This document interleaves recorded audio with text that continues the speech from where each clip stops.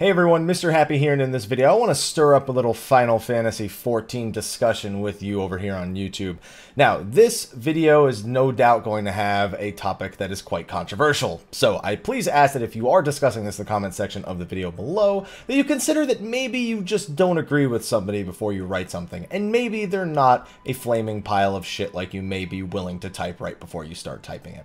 On that note, this video is going to be about a comment that was made by Naoki Yoshida during an interview with GameIndustry.biz. The source is in the description. Be sure to go there and give them plenty of hits. Now, the entirety of the article in the interview is actually pretty nice to read. It talks about the game's current success versus how it's kind of defied their own expectations versus, you know, what their expectations are going forward and the plan going forward. But there's no, like, content information here. But there's one little segment here that has so many people at each other's throats that I just want to take the time to make a YouTube video about it. It's this comment right here. We will highlight it right in the very middle of your screen. Naoki Yoshida said, this is him saying it, that being said, if 80% or 90% of our players are demanding we go free to play, we might need to look at shifting our business model, he says. But we would also need to change our game design to match that business model. It all depends on what the game design should be based on what our players' needs are. Now that comment is in regards to how the game has managed to succeed despite being a subscription-based MMO. For those who aren't aware, currently the game has the highest subscriber base it's ever had, according to Square Enix and Naoki Yoshida themselves, which, after all the marketing they did for Stormblood versus the near zero marketing they did for Heavensward, is not really that big of a surprise, especially considering we're still in the first 4 months after the expansion itself has actually launched. So that shouldn't be that much of a surprise to people. However, the even just slight mention of going free to play drives people insane. People who want it to be free to play come out and tell people who want subscriptions that they're dumb. People who want subscriptions tell the free to play people they're dumb. And even people who want subscriptions tell other people who want subscriptions that they're dumb. And then people who want free to play tell other people who want free to play that they're dumb. I don't even understand it, honestly, at this point. But this comment is basically Yoshi P refusing to give a hard no to the free-to-play model. And believe it or not, it's not the first time he's done that. He pretty much won't say no to anything. He'll say it's unlikely, or it would take a very large number of players to convince us, but he almost never just says, yeah, we're not going to do that. The last time I remember him saying we're not going to do that was when I asked him if Puppet Master was going to be in the game. He's like, no. Or if Puppet Master was the next job, not if it was going to be in the game. He's just like, yeah, it's not really under consideration, so no. So that was the last time I remember this. So the thing that makes people nervous is the word, we might need to look to shift our model. It means that there's a consideration there.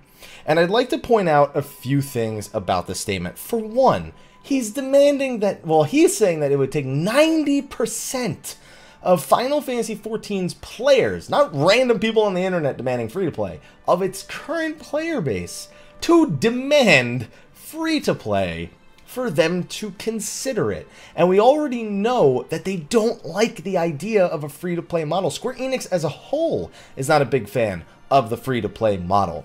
They are a fan of the consistent revenue and the consistent development of new content. Something that in this article, they go out of ways to describe developing their new story, how it's akin to a TV show with different seasons, meaning expansions, and episodes, meaning patches, and expanding the world and the lore, and how it needs to stand up to the Final Fantasy name, etc., etc. Could they really accomplish that with a free-to-play model?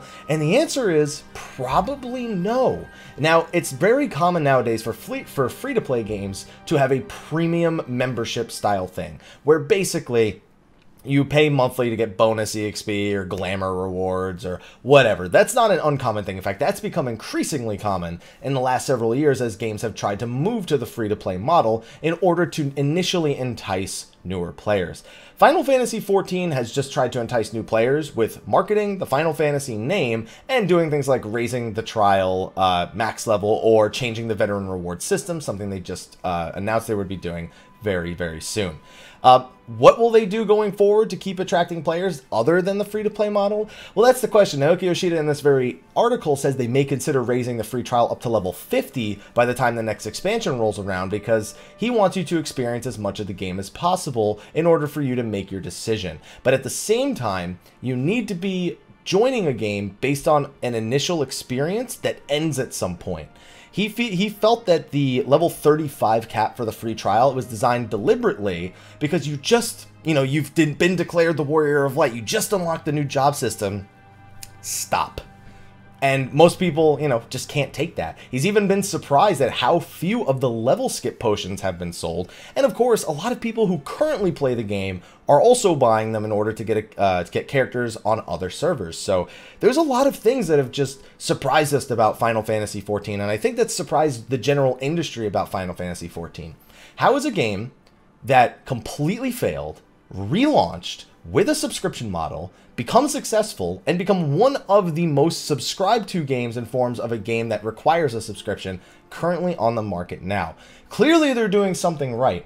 And I think FS held like a Twitter poll, and it seems like most people agree. He asked, I think maybe 1,700 people voted, you know, do you want this game to go free to play? And it was like, I think 79% no, I think there was 21% yes, but it's hard to tell if those are all current players. Those are just people who saw it and decided to vote on it. So it's a little bit of uncertainty of who's voting on what there. But even then, let's maybe only be 1,700 people out of the 800,000+ who are currently subscribed.